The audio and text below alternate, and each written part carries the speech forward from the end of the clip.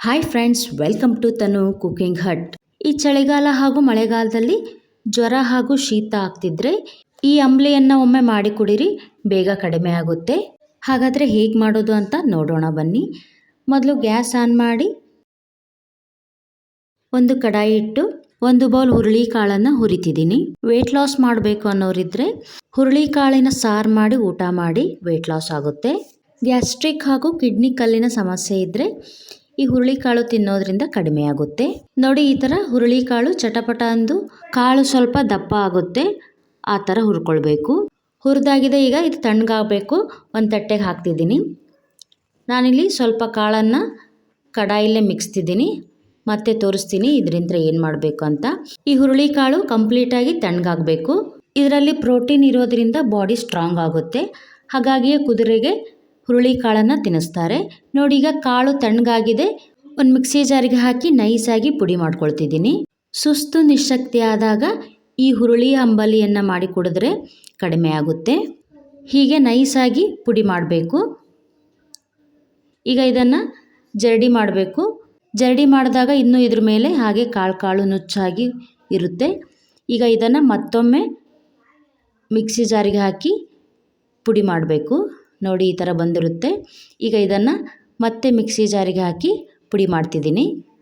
ಹೀಗೆ 1-2 ಬಾರಿ ಮಾಡಿದರೆ ನುಚ್ಚೆಲ್ಲ ಪುಡಿಯಾಗಿ ಹಿಟ್ಟು ಚೆನ್ನಾಗಿ ಬರುತ್ತೆ. ನೀವು KG ಗಂಟಲೆ ಹುರುಳಿ ಹಿಟ್ಟನ್ನು ಮಾಡಿಸ್ತೀನಿ ಅಂದರೆ ಗಿರಣಿಗೆ ಹಾಕಿಸ್ಬಹುದು. ಈ ಹುರುಳಿ ಹಿಟ್ಟನ್ನು ಗೋಧಿ ಜೋಳದ ಹಿಟ್ಟಿನಷ್ಟು ನೈಸಾಗಿ ಹಾಕಿಸ್ಬಾರ್ದು, ಸ್ವಲ್ಪ ತರಿಯಾಗಿರಬೇಕು. ನೋಡಿ, ಈಗ ಹುರುಳಿ ಹಿಟ್ಟು ರೆಡಿಯಾಗಿದೆ. ಹಿಟ್ಟನ್ನು ಮುಟ್ಟಿದರೆ ಈ ಥರ ಕೈಗೆ ಸ್ವಲ್ಪ ಫೀಲ್ ಆಗುತ್ತೆ, ತರಿ ಅನಿಸುತ್ತೆ. ಆ ಥರ ಇದ್ದರೆ ಸಾಕು. ಆಗ ಅಂಬ್ಲಿ ತಿಂದಾಗ ಬಾಯಿಗೆ ರವೆ ಸಿಕ್ಕಿ ತುಂಬ ರುಚಿ ಅನಿಸುತ್ತೆ. ಹುರುಳಿ ಹಿಟ್ಟನ್ನು ಹೀಗೆ ಒಂದು ಬಾಕ್ಸಲ್ಲಿ ಹಾಕಿಡಿ, ಬೇಕನ್ನಿಸಿದಾಗ ಮಾಡಬಹುದು.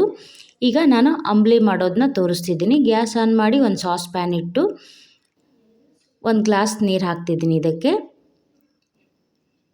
ಇದಾದಮೇಲೆ 1/4 ಸ್ಪೂನಷ್ಟು ಉಪ್ಪು ಹಾಗೂ ರುಚಿಗೆ ತಕ್ಕಷ್ಟು ಬೆಲ್ಲ, ನಂತರ 1/2 ಸ್ಪೂನ್ ಶುಂಠಿ ಪುಡಿ ಹಾಕ್ತಿದ್ದೀನಿ. ಇದಕ್ಕೆ ಸ್ವಲ್ಪ ಜಾಸ್ತಿ ಶುಂಠಿ ಪುಡಿ ಇರಬೇಕು.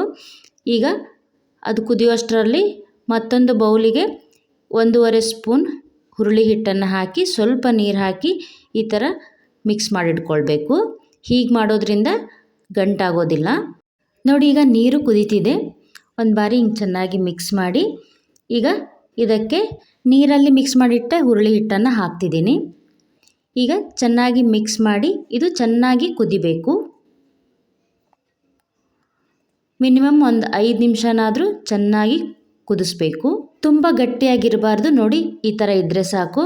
ಯಾಕಂದರೆ ಇದು ಆರಿದ ಮೇಲೆ ಮತ್ತಷ್ಟು ಗಟ್ಟಿಯಾಗುತ್ತೆ, ಆಗ ಕುಡಿಯೋಕ್ಕಾಗೋದಿಲ್ಲ, ಸ್ಪೂನಿಂದ ತಿನ್ನಬೇಕಾಗುತ್ತೆ. ನೋಡಿ, ಈಗ ಅಂಬ್ಲಿ ಕುದ್ದು ರೆಡಿಯಾಗಿದೆ. ಒಂದು ಗ್ಲಾಸಿಗೆ ಹಾಕ್ತಿದ್ದೀನಿ. ಇದನ್ನು ಸ್ವಲ್ಪ ಬೆಚ್ಚಗಿರುವಾಗಲೇ ಕುಡಿಬೇಕು. ಜ್ವರ ಶೀತ ಬಂದು ನಾಲಿಗೆ ಕೆಟ್ಟಾಗ ಈ ಥರ ಬಿಸಿಯಾಗಿ ಅಂಬ್ಲಿನ ಕುಡಿದ್ರೆ ನಾಲಿಗೆಗೆ ತುಂಬ ರುಚಿ ಅನಿಸುತ್ತೆ ಹಾಗೂ ಜ್ವರ ಶೀತನೂ ಬೇಗ ಹೋಗುತ್ತೆ. ನಮ್ಮಜ್ಜಿ ಇದನ್ನ ನಮಗೆ ಮಾಡಿಕೊಡ್ತಿದ್ರು. ಈಗಲೂ ನಾವು ಊರಿಗೆ ಹೋದಾಗ ನಮ್ಮ ಚಿಕ್ಕಮ್ಮ ಮಾಡಿಕೊಡ್ತಾರೆ. ಚಳಿಗಾಲ ಹಾಗೂ ಮಳೆಗಾಲದಲ್ಲಿ ಹೋದಾಗ ಈಗಲೂ ಮಾಡಿಕೊಡ್ತಾರೆ. ತುಂಬ ರುಚಿಯಾಗಿರುತ್ತೆ ಬಿಸಿಯಾಗಿ ಕುಡಿಯೋಕ್ಕೆ. ಹುರುಳಿ ಕಾಳನ್ನು ಪುಡಿ ಮಾಡುವಾಗ ಸ್ವಲ್ಪ ಕಾಳು ಮಿಕ್ಸ್ ಇಟ್ಟಿದ್ನಲ್ಲ, ಅದೇ ಕಾಳಿಗೆ ಈಗ ಏನು ಮಾಡ್ಬೋದು ಅಂತ ತೋರಿಸ್ತಿದ್ದೀನಿ. ಗ್ಯಾಸ್ ಆನ್ ಮಾಡಿ ಸ್ವಲ್ಪ ಬೆಚ್ಚಗಾದ್ಮೇಲೆ ನೋಡಿ, ಈಗ ಒಂದು ಗ್ಲಾಸಿಗೆ ಸ್ವಲ್ಪ ಉಪ್ಪು ಹಾಗೂ ಸ್ವಲ್ಪ ನೀರು ಹಾಕಿ ಉಪ್ಪು ಕರಗಿದ ಮೇಲೆ ಈ ಹುರಿದ ಕಾಳಿಗೆ ಹಾಕಿ ಈಗ ಈ ನೀರು ಫುಲ್ ಡ್ರೈ ಆಗುವವರೆಗೂ ಚೆನ್ನಾಗಿ ಮತ್ತೆ ಹುರಿಬೇಕು. ನೋಡಿ, ಈ ಥರ ಫುಲ್ ನೀರು ಡ್ರೈ ಆಗಬೇಕು. ಕಾಳೆಲ್ಲ ಹೀರಿ ಕಾಳು ಸಹ ಮತ್ತೆ ಕ್ರಿಸ್ಪಿ ಆಗುತ್ತೆ, ಆ ಥರ ಹುರಿಬೇಕು. ಈ ಥರ ಮಾಡಿ ಮಕ್ಕಳಿಗೆ ಕಾಳನ್ನು ತಿನ್ನೋಕೆ ಕೊಡಿ. ಕುಟುಂಬ ಅಂತ ಎಂಜಾಯ್ ಮಾಡಿ ತಿಂತಾರೆ. ಹಾಗಾದರೆ ನೀವು ಸಹ ಈ ಚಳಿಗಾಲ ಹಾಗೂ ಮಳೆಗಾಲದಲ್ಲಿ ಈ ಹುರುಳಿ ಅಂಬಲಿ ಹಾಗೂ ಹುರಿದ ಉಪ್ಪು ಹುರುಳೆಕಾಳನ್ನು ಮಾಡಿ ಕೊಡಿ. ಶೀತ ಹಾಗೂ ಜ್ವರ ಇದ್ದರೆ ಬೇಗ ಕಡಿಮೆ ಆಗುತ್ತೆ ಹಾಗೂ ಜ್ವರ ಬಂದಾಗ ನಾಲಿಗೆ ಕೆಟ್ಟ ಹಾಗಾಗಿರುತ್ತೆ. ಏನು ತಿಂದ್ರೂ ಕೂಡ ರುಚಿ ಅನಿಸೋದಿಲ್ಲ. ಈ ಅಂಬಲಿ ಮಾಡಿ ಕುಡಿರಿ, ನಾಲ್ಗೆ ಕೂಡ ರುಚಿ ಅನಿಸುತ್ತೆ ಮತ್ತು ದೇಹಕ್ಕೆ ಶಕ್ತಿ ಕೂಡ ಬರುತ್ತೆ. ಜ್ವರ ಶೀತ ಅಲ್ಲದೆ ಹಾಗೆ ಸಹ ಮಾಡಿ ಕುಡಿಬಹುದು.